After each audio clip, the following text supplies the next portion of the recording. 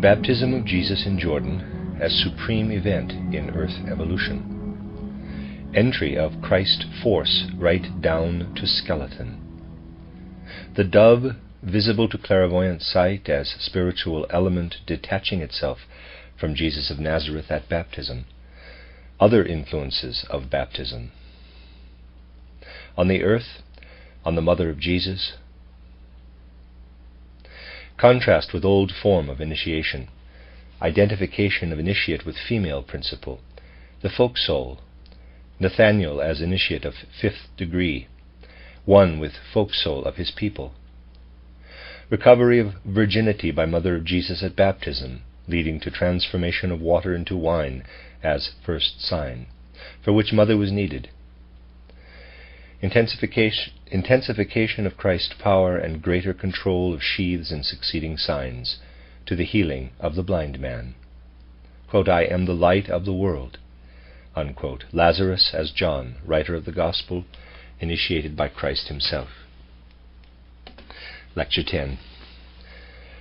Among the events that occurred in Palestine at the beginning of our era, there is one in particular to which repeated reference has been made. The baptism of Jesus of Nazareth by John.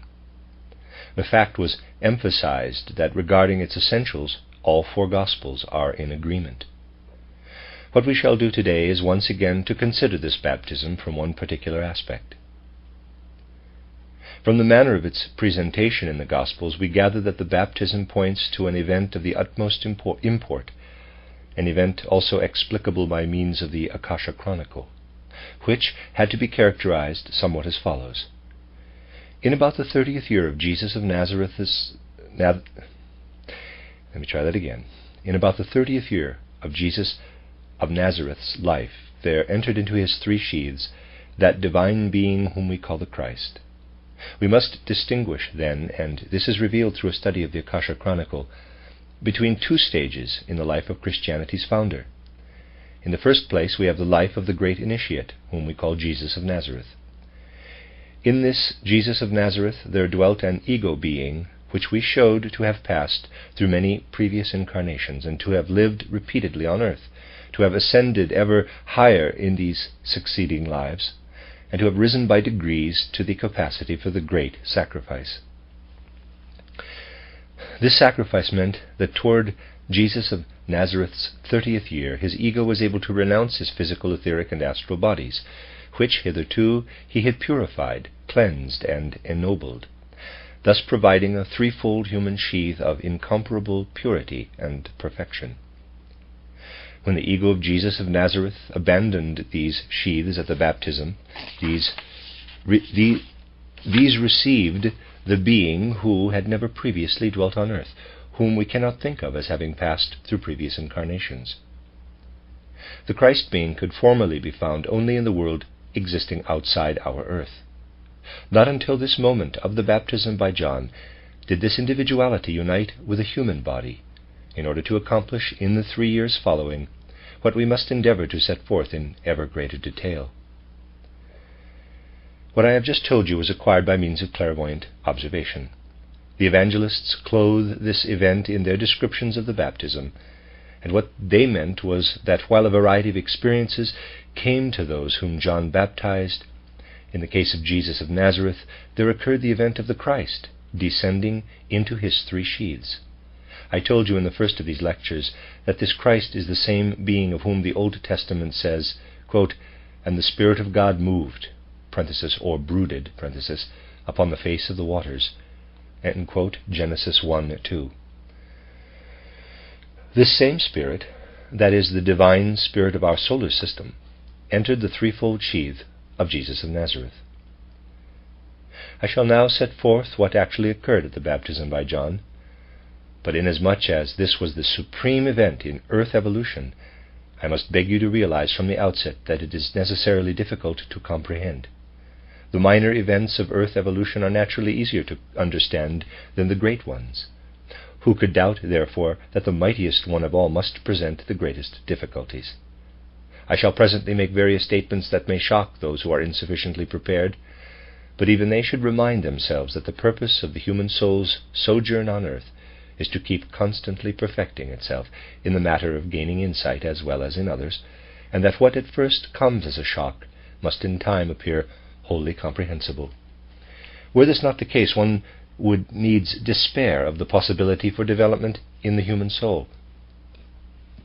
As it is, however, we can remind ourselves daily that regardless of how much or how little we have learned, it is our task constantly to perfect our soul, that it may ever better comprehend this matter. We have before us, then, a threefold human sheath, a physical, etheric, and astral body, and of these the Christ takes possession, so to say. That is indicated by the words resounding out of the universe, quote, "This is my Son, imbued with my love, in whom I manifest myself," unquote. That is the right translation of this utterance.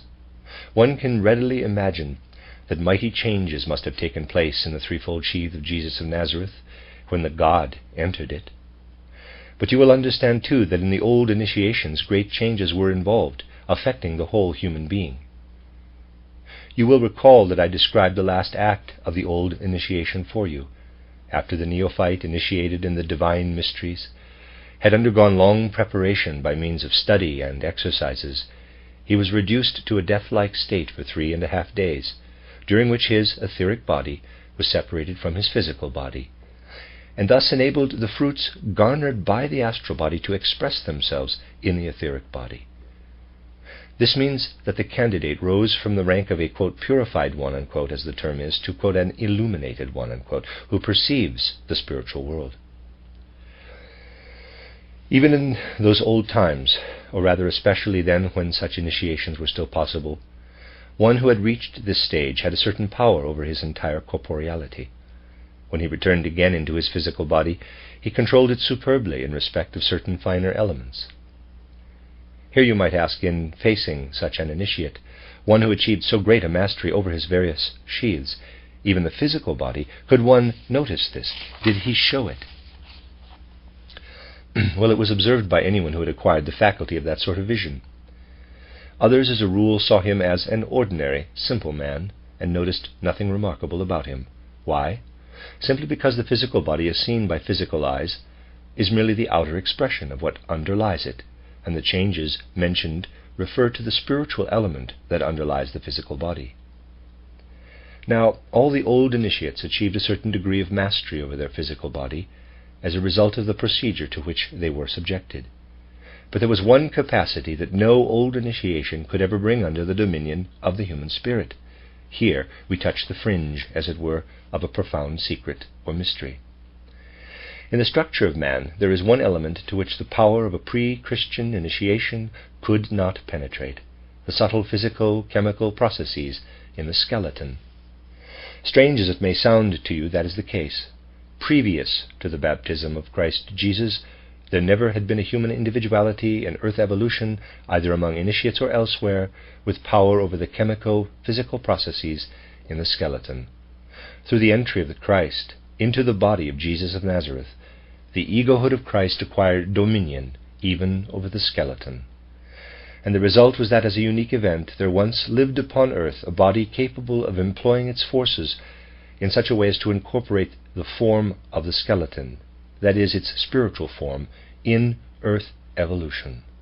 Nothing of all that man passes through in his earth development would endure were he not able to incorporate in earth evolution as a law the noble form of his skeleton, were he unable gradually to master this law of the skeleton.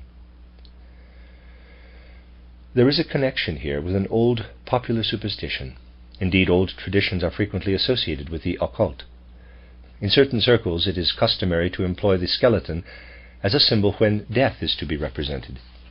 This stands for the idea that at the beginning of earth evolution all the laws governing the systems of the human organization other than the skeleton were so far advanced that at the end of the earth's evolution they would be present again, though in a higher form. But that evolution would carry nothing into the future unless the form of the skeleton were taken over. The form of the skeleton conquers death in the physical sense. Hence he who was to vanquish death on the earth had to have mastery over the skeleton, in the same manner as I indicated this mastery over certain spiritual attributes, in connection with lesser faculties. Man has control of his circulatory system only to a slight degree. In feeling shame, he drives his blood outward from within, which means that the soul acts upon the circulatory system. In turning pale when frightened, he drives his blood back inward into the center. In sorrow, tears come to his eyes. All these phenomena represent a certain dominion of the soul over what is corporeal.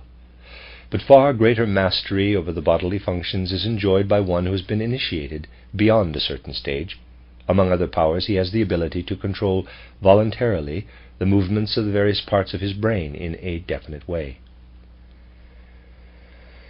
The human entity, then, that was the sheath of Jesus of Nazareth, came under the dominion of the Christ and the will of the Christ. His sovereign will had the power to penetrate the skeleton so that it could be influenced, as it were, for the first time. The significance of this fact can be set forth as follows.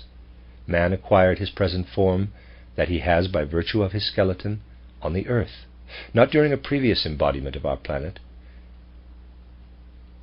but he would lose it again had it not been for the coming of that spiritual power we call the Christ.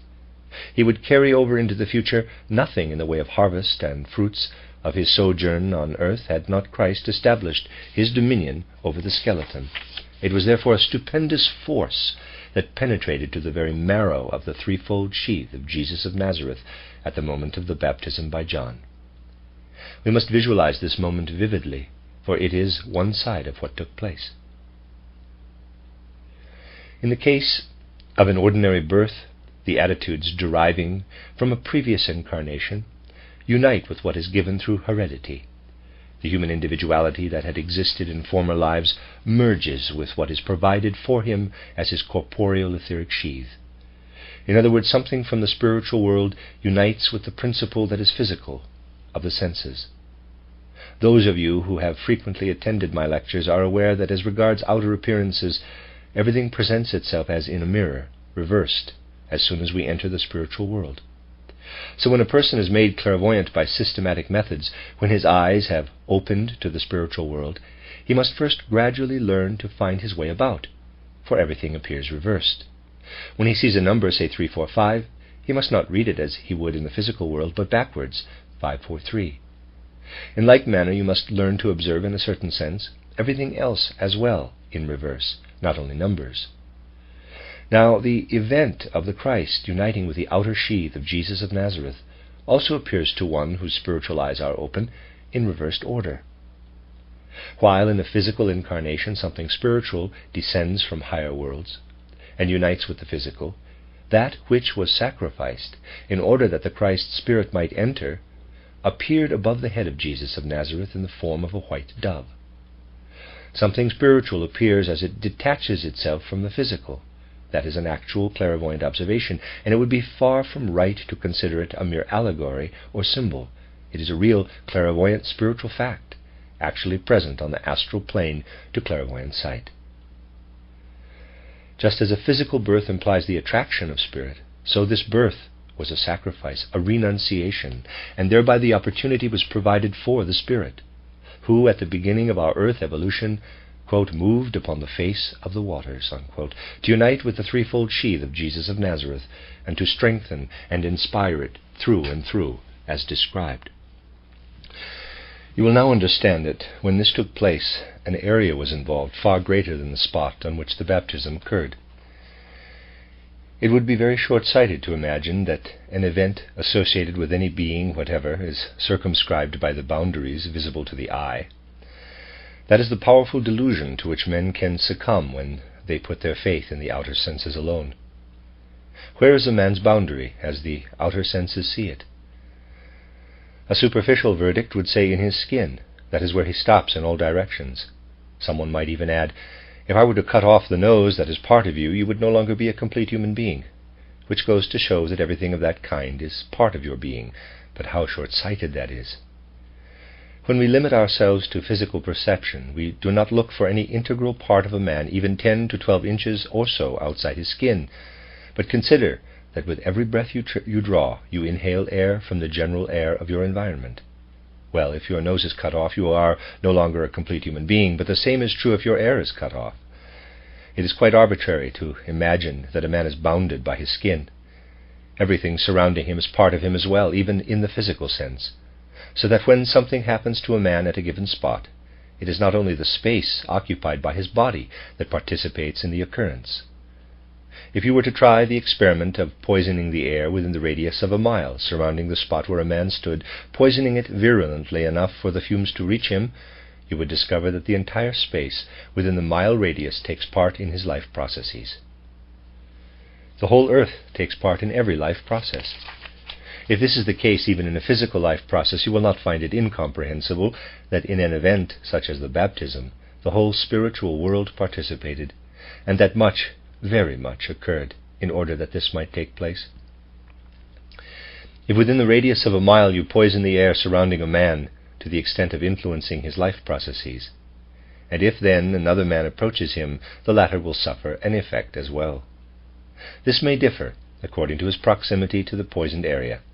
If he is at a greater distance, for example, the effect will be less, but some effect will nevertheless result. It will therefore no longer seem strange to you if today we raise the question concerning the possibility of there having been other influences resulting from the baptism. And here we touch upon another profound mystery of which we are constrained to speak today with awe and reverence. For the preparation needed to understand such things will come to mankind only by slow degrees. At the same moment when the Spirit of Christ descended into the body of Jesus of Nazareth, and the transformation occurred as described, an influence was exerted upon the mother of Jesus of Nazareth as well. It consisted in her regaining her virginity at this moment of the baptism, that is, her inner organism reverted to the state existing before puberty. At the birth of the Christ, the mother of Jesus of Nazareth became a virgin. Footnote. This startling statement Dr. Steiner evidently did not wish to elaborate further here. He was to deal with it later in detail in the 5th lecture of the cycle given in Oslo in 1913, entitled The Fifth Gospel. End of footnote. Those are the two momentous facts, the great and mighty influences indicated, though cryptically, by the writer of the John Gospel. If we are able to read this Gospel aright, all this can be found, stated there in one way or another. But in order to recognize its meaning, we must link up with various matters upon which we touched yesterday from other aspects. We have said that in olden times people lived under the influence of endogamy. Marriage was entered into within the same tribe by blood relatives. Only as time passed did it become customary to marry outside the tribe into other blood. The farther back we go in time, the more we find people living under the influence of this blood relationship, and the flowing of the tribal blood through men's veins brought about the strong, magical forces of which we spoke. One who lived at that time and could look far back in his line of ancestry, finding there only tribally related blood, had magical force working in his own blood, making possible the influence of soul upon soul, as described yesterday. And people knew that very well, even the simplest of them. But it would be utterly wrong to conclude from this that nowadays consanguineous marriages would produce similar conditions, that magical forces would come to light. You would be falling into the same error as would the lily of the valley, if it were suddenly to announce, "Henceforth I shall no longer bloom in May, I shall bloom in October." It cannot bloom in October because the necessary conditions are lacking. The same is true of the magical forces. They cannot develop in an era in which the requisite conditions no longer exist. In our time they must evolve in a different manner. What was described applies only to the older epochs. The crude, materialistic scientist can naturally not understand the idea that the laws governing evolution have changed. He believes that what he witnesses today in his physics laboratory must always have taken place in the same way. But that is nonsense, because laws do change. Those who have derived their faith from modern natural science would have marveled at the events in Palestine, narrated in the John Gospel, as something strange indeed. But those who lived at the time of Christ Jesus, when living traditions still remained of an age in which such things were wholly within the range of possibility, were not particularly amazed at them. That is why I could say yesterday that no one was greatly astonished at what occurred at the marriage of Cana in the nature of a sign. And why should they have been astonished? Outwardly, it was nothing but a repetition of something they knew to have been observed time and again. Turn to the second book of Kings, 4:42-44. Quote, "And there came a man from Baal Shalisha, and brought the man of God, Elisha, bread of the first fruits, 20 loaves of barley, and full ears of corn in the husk thereof. And he said, Give unto the people, that they may eat. And his servitor said, Should I set this before 100 men? He said again, Give the people, that may eat. For thus saith the Lord, They shall eat and shall leave thereof. So he set it before them, and they did eat and left thereof, according to the word of the Lord." Unquote. There you have in the Old Testament the same situation we find in the feeding of the 5,000, narrated in a manner suited to that time. Why should such a sign excite wonder among people whose documents told them that it had happened before? It is essential that we understand this. Now, what took place in a man who had been initiated in the old sense? He gained access to the spiritual world. His eyes were opened to the spiritually active forces. That is, he could see into the connection between the blood and the spiritually active forces.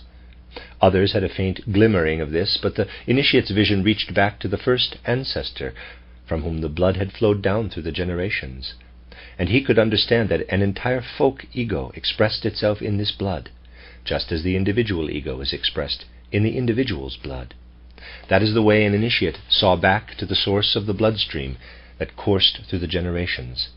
And he felt identified in his soul with the whole folk spirit, whose physiognomy came to expression in the common blood of the people. Such a one was to a certain degree initiated, and up to a point he was master of definite magical powers in the old sense. There is another thing we must keep in view. The male and female principles cooperate in the propagation of mankind in a manner that can be briefly characterized as follows. Were the female principle to dominate completely, man would develop in such a way as to keep constantly producing homogeneous characters. The child would always resemble his parents, grandparents, and so on. Forces that bring about resemblance are inherent in the female principle, while all that reduces it, that creates differences, lies with the male principle. When, within a folk community, you find a number of faces that resemble each other, you have what derives from the female element. But certain differences are to be seen in these faces, enabling you to distinguish the separate individuals, and this results from the male influence. If the influence of the female element alone prevailed, you would not be able to tell the individual persons apart. And if only the influence of the male element were in evidence, you would never recognize a group of people as belonging to the same stock. So the manner in which the male and female principles cooperate can be stated as follows. The influence of the male principle individualizes, specializes, separates, while that of the female principle tends to generalize. From this we can see that whatever pertains to a people as a whole derives from the female element. The force in woman carries over from generation to generation the factor which otherwise expresses itself in the continuous bloodstream. A further characterization of the origin of the magical forces residing in the blood bonds could be given thus. They are linked with the female principle that courses through the entire people and lives in all its members. Well, if a man had risen through initiation to the point of being able to wield the forces, so to speak, with which the common blood was inoculated through the female folk element, what was his essential characteristic? The old Persian initiation adopted certain names to distinguish the various degrees rising to spiritual heights, and one of these names must be of special interest to us. The first degree in the Persian initiation was termed the raven, the second, the initiate, the third, the warrior, the fourth, the lion. The fifth degree always bore the name of the people in question. A Persian, for example, who had risen to the fifth degree of initiation, was termed a Persian. First, the initiate became a raven, which meant that he could carry on a study of the outer world, and being a servant of those who dwell in the spiritual world, he brought to that world tidings of the physical world. Hence the symbol of the raven as emissary between the physical and the spiritual world, from the ravens of Elijah to those of Barbarossa. One who reached the second degree already stood within the spiritual world, and one initiated in the third degree, having advanced past the second, is entrusted with the task of advocating the truths of occultism, he becomes a warrior. An initiate of the second degree was not permitted to contend for the truths of the spiritual world. In the fourth degree, the spiritual truths became established, to a certain extent, in the initiate. And the fifth degree is the one of which I said that here the initiate learned to control all that flowed in the blood through the generations, learned to deal with it by means of the forces descending with the blood through the female element of propagation. What name, then, would be applied to a man who had experienced his initiation within the Israelite people? Israelite, just as in an analogous case in Persia he would have been called a Persian. Now observe the following. Among the first to be brought to Christ Jesus, according to the Gospel of St. John, was Nathanael. The others, who were already followers of Christ Jesus, say to Nathanael, quote, "We have found the Master, him who dwells in Jesus of Nazareth." End quote, John 1:45-50. To which Nathanael replies, quote, "Can there be any good thing come out of Nazareth?" Unquote. But when Nathanael is brought to Christ, Christ says to him, quote, "Behold, an Israelite indeed, in whom there is no guile." Unquote. And, quote unquote, Israelite indeed, in whom truth dwells. Christ says this because he knows to what degree Nathanael is initiated. Whereupon Nathanael realizes that he is dealing with someone who knows quite as much as he does, in fact, with one who towers above him, who knows more than he does. And then, in order to stress the reference to initiation, Christ adds, quote, "I saw thee before thou comest to me. Before that Philip called thee, when thou wast under the fig tree, I saw thee." Unquote. The term, in quotes, fig tree, is here used in exactly the same sense as in connection with Buddha. The fig tree is the Bodhi tree. It is the symbol of initiation. What Christ says to him is, "I recognize thee as one initiated in the fifth degree." The author of the John Gospel indicates that Christ ranked above an initiate of the fifth degree. Step by step this writer leads us on, in this case by showing us that in the body of Jesus of Nazareth there dwells one who stands above the fifth degree of initiation. And more. We have just learned that a fifth degree initiate commands the occult magical forces residing in the blood flowing down through the generations. He has become one, as it were, with the folk soul. Earlier we learned that this folk soul expresses itself in the forces inherent in woman. Therefore one who is initiated in the fifth degree will be dealing in accord with the old conditions with the female forces.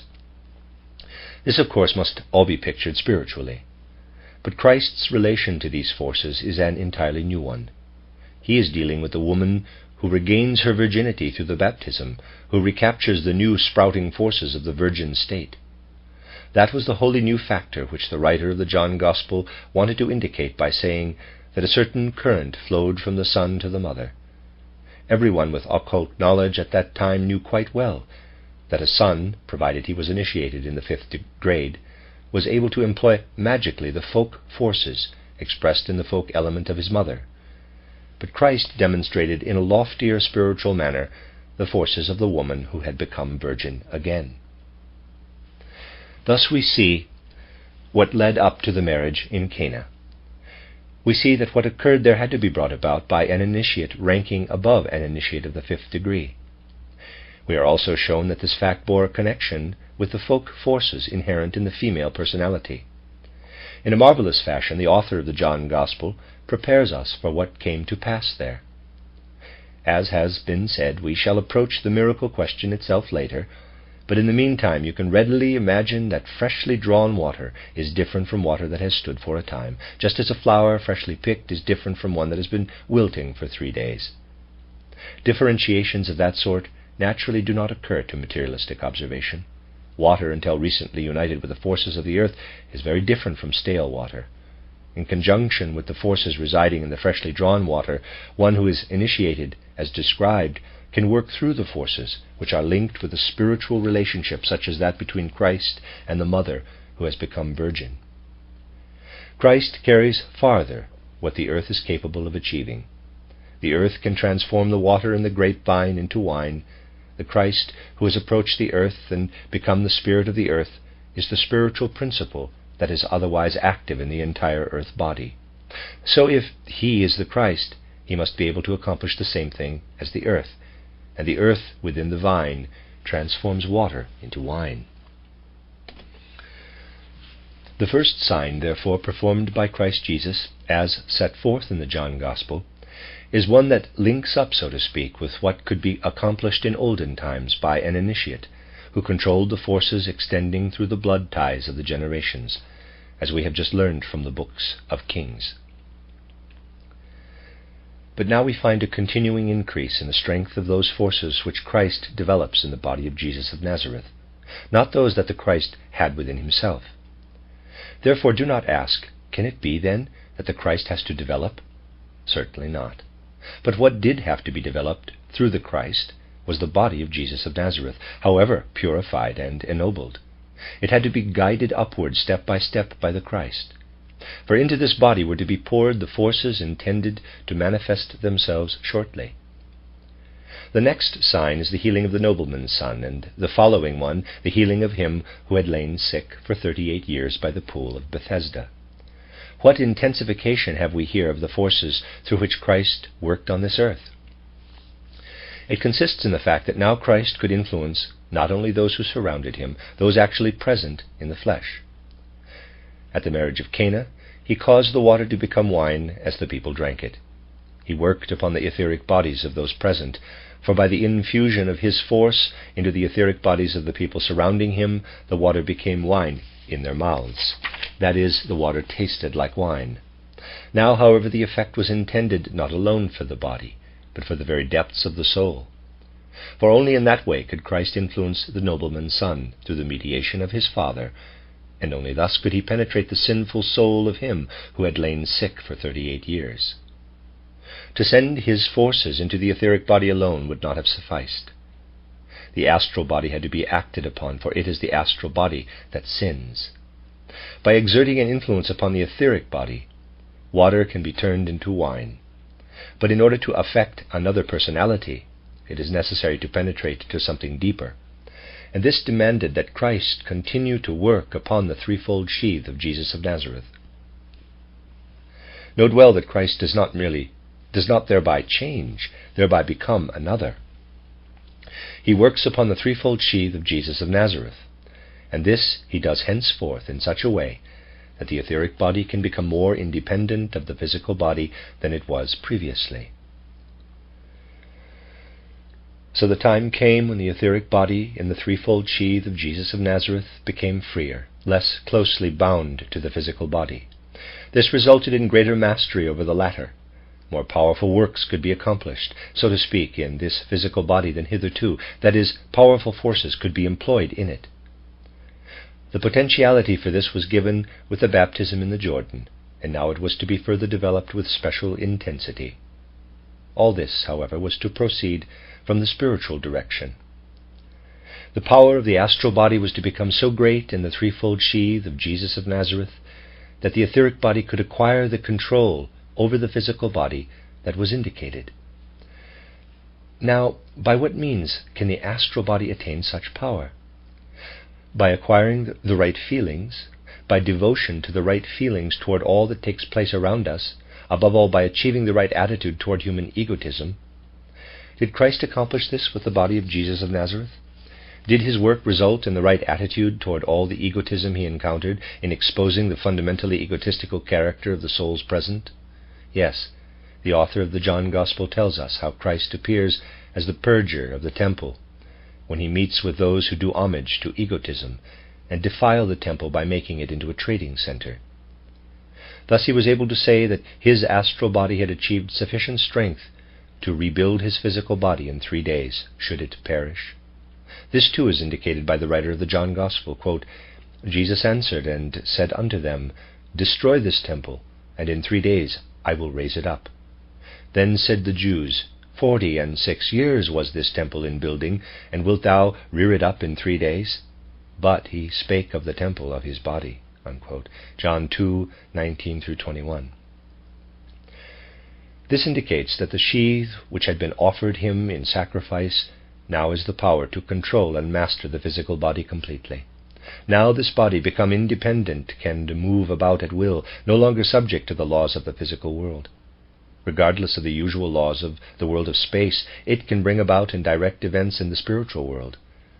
Again we ask, does this occur? Yes, it is indicated in the chapter following the one in which the purging of the temple is related. Quote, "There was a man of the Pharisees named Nicodemus, a ruler of the Jews. The same came to Jesus by night and said unto him," end quote, John 3, 1-2. Why does it say here by night? The explanation that the Jew was simply afraid to go to Jesus by the light of day, so he crept through the window in the night, is as trivial as could be. Anybody can make up explanations of that sort. Quote-unquote, by night means nothing else than that this meeting between Jesus and Nicodemus occurred in the astral world, in the spiritual world, not in the world that surrounds us in our ordinary day consciousness. This means that Christ could now converse with Nicodemus outside the physical body by night, when the physical body is not present, when the astral body is outside the physical and etheric bodies. Thus the threefold sheath of Jesus of Nazareth was prepared by the Christ, who dwelt in it, for the acts that were to follow, for what was to be infused into the souls of men. This implied a degree of sovereignty in the soul dwelling in Jesus of Nazareth that would enable it to act upon other bodies. But acting upon another soul is an entirely different matter from the type of influence we discussed yesterday. It comes to light in the next intensification, in the feeding of the 5,000, and in the walking on the water. To be seen in the flesh without being physically present called for something more, and so powerful had the force become, even at that stage, in the body of Jesus of Nazareth, that the Christ was seen not only by his disciples but by others as well. Only, here again we must read the John Gospel carefully, for someone might take the standpoint of readily believing this sign in the case of the disciples, but not in the others. Quote, "The day following, when the people which stood on the other side of the sea saw that there was no other boat there, save that one whereinto his disciples were entered, and that Jesus went not with his disciples into the boat, but that his disciples were gone away alone." Parenthesis, "Howbeit there came other boats from Tiberias nigh unto the place where they did eat the bread, after that the Lord had given thanks." Parenthesis, "When the people therefore saw that Jesus was not there, neither his disciples, they also took shipping and came to Capernaum, seeking for Jesus." John 6, 22-25. End quote. Let me emphasize that it says here, quote, "the people who sought Jesus." The narrative continues, quote, "And when they had found him on the other side of the sea, they said unto him, Rabbi, when camest thou hither?" Unquote. That implies the same occurrence as in the case of the disciples. It does not say that every ordinary eye saw him, but that he was seen by those who sought him and who found him by virtue of an increase in their soul force. To say that someone saw another person does not imply that the person seen stood there in the flesh as a spatial figure visible to the physical eye. What in outer life is generally called, quote, "taking the gospel literally," unquote, is really anything but that. If you note that in all of this we have once more to do with what is essentially an intensification, you will understand that again something had to precede it, something to show that Christ had been working in the threefold sheath of Jesus of Nazareth in a manner to render its force ever mightier. His work was that of a healer. He was able to transmit his force to the other's soul.